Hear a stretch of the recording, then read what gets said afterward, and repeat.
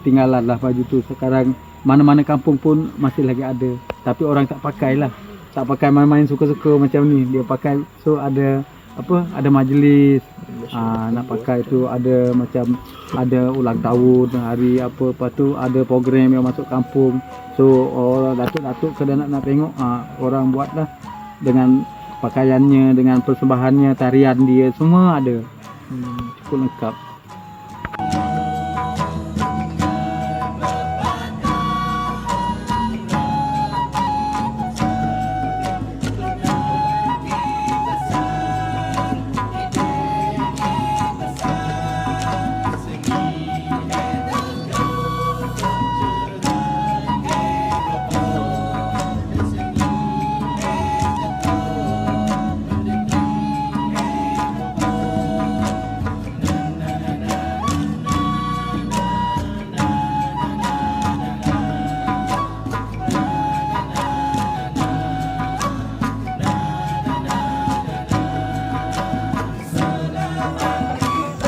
Pembuatan baju pontun ini sendiri diawali dengan mengambil kulit kayu pontun yang dipisahkan terlebih dahulu dari lapisan kulit terluar batang kayu pontun.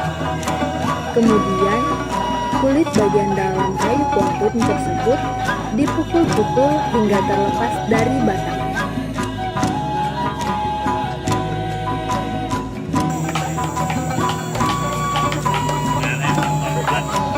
Kulit pontun yang sudah terlepas itu dipukul lagi hingga tipis.